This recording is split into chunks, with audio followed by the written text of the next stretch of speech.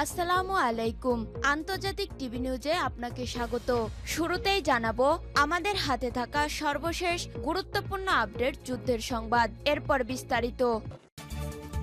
বাংলাদেশের সর্বশেষ গুরুত্বপূর্ণ আপডেট সংবাদে আপনাকে স্বাগত। শুরুতেই সংবাদ শিরোনাম, পরে বিস্তারিত। প্রথমেই জানাবো আমাদের হাতে থাকা সর্বশেষ গুরুত্বপূর্ণ সবথেকে তাজা আপডেট সংবাদ। চট্টগ্রাম ৮ আসনে বিএনপির মনোনীত প্রার্থী সহ গুলিবিদ্ধ ২। জনসংযোগ চলাকালে চট্টগ্রাম ৮ আসনে বিএনপির মনোনীত প্রার্থী ও নগর বিএনপির আহ্বায়ক এরশাদুল্লাহর উপর হামলার ঘটনা ঘটেছে। সময় গুলিবিদ্ধ হয়েছেন তিনি। আজ চট্টগ্রাম নগরের বাইজিদ থানার হামজারাবাগ এলাকায় এই ঘটনা ঘটে। এ সময় গুলিতে আরও কয়েকজন আহত হয়েছে। এরপর জানাবো বিএনপির মৃত্যু ঘণ্টা বেজে গেছে বললেন নাসির উদ্দিন পাটোয়ারি। জাতীয় নাগরিক পার্টি এনসিপির মুখ্য সমন্বয়ক নাসির উদ্দিন পাটোয়ারি বলেছেন, বিএনপি দেশের জনগণের ক্ষতি করতে চায় এবং তাদের মৃত্যু ঘণ্টা বেজে গেছে। লন্ডনে চুক্তি অনুযায়ী দলটি ক্ষমতা এলে এনসিপির মাধ্যমে তাদের পতন নিশ্চিত হবে বলে মন্তব্য করেছেন নাসির উদ্দিন পাটোয়ারি। এদিকে নির্বাচন হলে দেশ এবং আইনশৃঙ্খলা পরিস্থিতি স্থিতিশীল হবে বলছে সেনা সদর।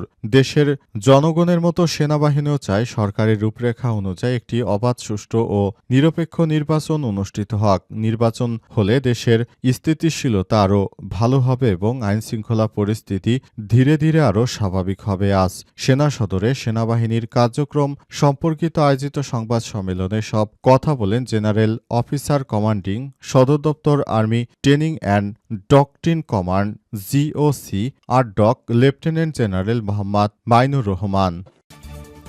এবারে জানাবো ঘাটতি থাকলে আমদানি হবে পেঁয়াজ। ঢাকার বাজারে পেঁয়াজের দাম কেজিতে উঠেছে ১২০ টাকা। গত ২ দিন প্রতি কেজিতে বেড়েছে ২০ থেকে ৩৫ টাকা। এখন বাজারে প্রতি কেজি পেঁয়াজ বিক্রি হচ্ছে ১০০ থেকে ১২০ টাকা, যা ৩ দিন আগেও ছিল ৮০ থেকে ৮৫ টাকায়। সরকার জানিয়েছে যদি পেঁয়াজের বাজার আরও বাড়তে থাকে তাহলে খুব শীঘ্রই এলসি খুলে ভারত থেকে পেঁয়াজ আমদানির সিদ্ধান্ত নেওয়া হবে। এবং সর্বশেষ জানাবো ভালুকের উপদ্রব ঠেকাতে জাপানে সেনাবাহিনী মোতায়েন। জাপানের পার্বত্য অঞ্চলের উত্তরে ভাল্লুক ধরার জন্য সৈন্য মোতায়েন করা হয়েছে। আক্রমণে ঢেউ মোকাবেলা করতে না পেরে স্থানীয় কর্তৃপক্ষ জরুরি অনুরোধের পর ৫ই নভেম্বর জাপানের সেনাবাহিনী সেখানে পাঠানো হয়েছে। সেই এলাকায় অতিরিক্ত ভালুকের আনাগোনা দেখা যাচ্ছে।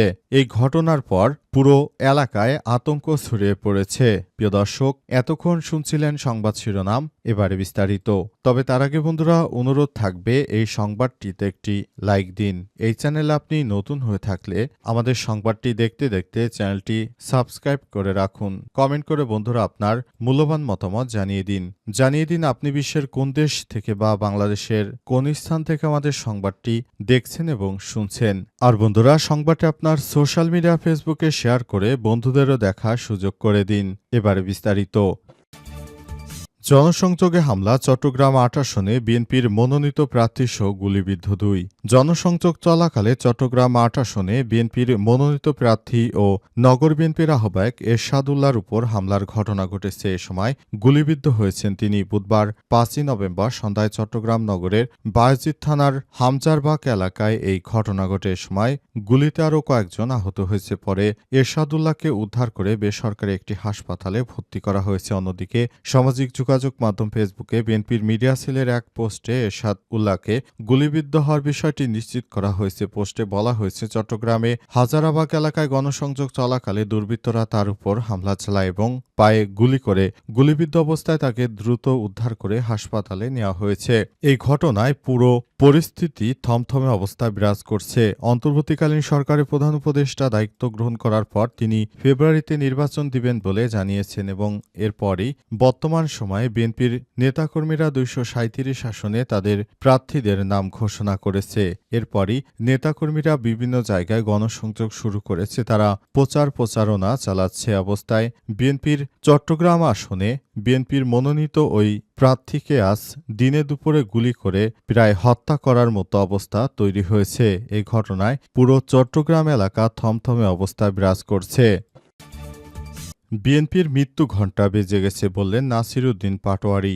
জাতীয় নাগরিক পার্টি এনসিপির মুখ্য সমন্বয়ক নাসিরউদ্দিন পাটোয়ারি বলেছেন, বিএনপি দেশের জনগণের ক্ষতি করতে চায় এবং তাদের মৃত্যু ঘণ্টা বেজে গেছে। লন্ডনে চুক্তি অনুযায়ী দলটি ক্ষমতায় এলে এনসিপির মাধ্যমে তাদের পতন নিশ্চিত হবে বলে মন্তব্য করেছেন তিনি। মঙ্গলবার 4 নভেম্বর বিকেলে রাজধানীর বাংলা মোটরের রূপায়ণ টাওয়ারে দলটির অস্থায়ী কেন্দ্রীয় কার্যালয়ে এক আলোচনা সভায় তিনি এসব কথা বলেছেন। পাটোয়ারি আরও বলেন, বিএনপি শুধু দুর্নীতিতে চ্যাম্পিয়ন হয়েছে, খালেদা জিয়ার পাশে দুর্নীতিবাজরা ছিল। শেখ হাসিনার কর্মকাণ্ড বিএনপির অপরাধ ঢাকা পড়ে গিয়েছিল। এবার প্রার্থী তালিকায় যারা জুলাই সনদ প্রয়োজন নেই বলে মনে করছে, এ অবস্থায় আমরা হতাশ হয়েছি। বিএনপির পক্ষ থেকে বলা হচ্ছে, জুলাই সনদ নাকি তাদের প্রয়োজন নেই, তাদের প্রয়োজন শুধুমাত্র নির্বাচন হয়ে গেলেই তারা ক্ষমতায় বসে পড়বে, তারপর আর কোনো কিছুরই প্রয়োজন নাই। তারা শেখ হাসিনার মতো আবারও নতুন করে ফ্যাসিবাদের জন্ম দেওয়ার চেষ্টা করছে বলে মন্তব্য করেছেন। এই ঘটনায় পুরো পরিস্থিতি ঘোলাটে করে ফেলেছে বিএনপি বলে অভিযোগ করেছেন নাসিরউদ্দিন পাটোয়ারি। এ অবস্থায় নাসিরউদ্দিন পাটোয়ারি তিনি নতুন করে দেশের মধ্যে আবার বিএনপির সঙ্গে নানা ধরনের সমস্যা তৈরি করছেন। বিভিন্ন বক্তৃতায় এসব বিষয়গুলো ফুটে উঠেছে। নাসিরউদ্দিন পাটোয়ারি জানিয়েছেন, তিনি চান দেশটাকে সুন্দরভাবে গড়ে তুলতে জন্য জুলাই সনদ অপরিহার্য, কিন্তু বিএনপি থেকে মেজর হাফিজ জানিয়েছেন জুলাই সনদ নাকি প্রয়োজন নেই। তার মতো এমন কুখ্যাত ডায়লগ দিয়ে এদেশে কেউ ভালো কোনো কিছু অর্জন করতে পারবে না। নির্বাচন হলে দেশ এবং আইনশৃঙ্খলা পরিস্থিতি স্থিতিশীল হবে বলছে সেনা সদর। দেশের জনগণের মতো সেনাবাহিনীও চায় সরকারের রূপরেখা অনুযায়ী দেশে একটি অবাধ, সুষ্ঠু, নিরপেক্ষ ও গ্রহণযোগ্য নির্বাচন অনুষ্ঠিত হোক। অন্তর্বর্তীকালীন সরকারের প্রধান উপদেষ্টা প্রফেসর ড মোহাম্মদ ইউনূসের সরকার নির্বাচনটাকে সুষ্ঠু ও সুন্দর করার জন্য তিনি যে পদক্ষেপ নিয়েছেন তাতে সেনাবাহিনী তাকে সাদর সম্ভাষণ জানিয়েছে। সেনাবাহিনীও চায় দেশের মধ্যে যেন একটি স্থিতিশীল পরিস্থিতি তৈরি হয়, এজন্য দেশে নির্বাচন অতীব গুরুত্বপূর্ণ। অন্তর্বর্তীকালীন সরকারের প্রধান উপদেষ্টা প্রফেসর ড মোহাম্মদ ইউনূসের সরকার নির্বাচনটাকে নিয়ে সবথেকে বেশি গুরুত্ব দিয়েছেন। আর এবারে নির্বাচন হবে ইতিহাসের সবথেকে সুন্দর ও গ্রহণযোগ্য নির্বাচন। নির্বাচনের মাধ্যমে নতুন বাংলাদেশ গড়ে তোলা যাবে। এজন্য অন্তর্বর্তীকালীন সরকারের প্রধান উপদেষ্টা চায় নির্বাচনটাকে সুষ্ঠু ও সুন্দর করার জন্য বিভিন্নভাবে কাজ করতে, আর সেনাবাহিনীও তাকে সর্বত্র সহযোগিতা করবে। সেনাবাহিনী এবার নির্বাচনে 90,000 সেনা সদস্য মাঠে কাজ করবে। নির্বাচনটা সুষ্ঠুভাবে করার জন্য ইতিমধ্যেই কাজ শুরু করেছেন অন্তর্বর্তীকালীন সরকার এবং সেনাবাহিনী তার জায়গা থেকে সর্বোচ্চ অন্তর্বর্তীকালীন সরকারকে সহযোগিতা করছে। নির্বাচনের মাধ্যমে দেশটাকে সাজানোর জন্য এখনই সময়। আজ 15 মাস সেনাবাহিনী বাইরে আছে উল্লেখ করে সেনাবাহিনীর কর্মকর্তা বলেছেন, নির্বাচন পর্যন্ত বা তার কিছুটা পরে যদি বাইরে থাকতে হয় তাহলে আরও কিছুদিন বাইরে থাকতে হবে। এতে করে আমাদের প্রশিক্ষণ বিঘ্নিত হচ্ছে। ঘাটতি থাকলে আমদানি হবে পেঁয়াজ। ঢাকার বাইরে পেঁয়াজের দাম কেজিতে উঠেছে 120 টাকা। গত 2 দিন প্রতি কেজিতে বেড়েছে 35 টাকা। এখন বাজারে প্রতি কেজি পেঁয়াজ বিক্রি হচ্ছে 100 থেকে 120 টাকা দরে, যা প্রতিদিন বাড়ছে।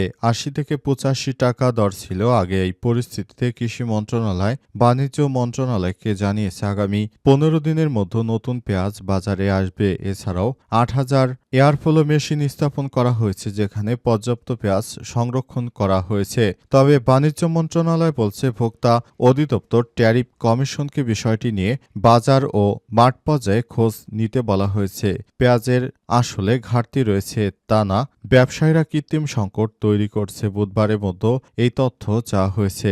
এই তথ্য পাওয়া ঘাটতি থাকলে আমদানির অনুমতি দেয়া হবে। বাণিজ্য মন্ত্রণালয়ের সচিব মাহবুবুর রহমান জানান, কৃষি সচিব জানিয়েছে 15 দিনের মধ্যে নতুন পেঁয়াজ বাজারে আসবে, সুতরাং ঘাটতি হবে না। তবে কয়েকটি সংস্থাকে কাজে লাগিয়ে বুধবার তথ্য আসবে। সত্যি যদি ঘাটতি থাকে তবে আমদানির অনুমতি দেওয়া হবে। বাণিজ্য মন্ত্রণালয় বলছে, দেশে 26 থেকে 27 লাখ টন পেঁয়াজের চাহিদা রয়েছে। কৃষি মন্ত্রণালয়ের তথ্য অনুযায়ী গত মৌসুমে দেশে পেঁয়াজের উৎপাদন হয়েছে 38 লাখ টন। তবে উৎপাদন পরবর্তী ব্যবস্থাপনা দুর্বলতার কারণে প্রতি বছর উৎপাদিত পেঁয়াজের 25% বেশি নষ্ট হয়ে যায়। কারণে 6 থেকে 7 লাখ টন পেঁয়াজ প্রতি বছর আমদানি করতে হয়। এদিকে কৃষি মন্ত্রণালয় বলছে, এখন ব্যবসায়ীরা ভারত থেকে পেঁয়াজ আমদানির জন্য আইপি ইম্পোর্ট পারমিট আবেদন করেছে। কৃষি সম্প্রসারণ অধিদপ্তরের উদ্যোগে উদ্ভিদ সংগঠন নিরোধ উইংয়ে জমা পড়েছে প্রায় ৩,০০০ আবেদন। যদি সরকার চায় যে কোনো সময় আবার এলসি ওপেন করা হলেই আবার ভারত থেকে পেঁয়াজ আমদানি শুরু হবে।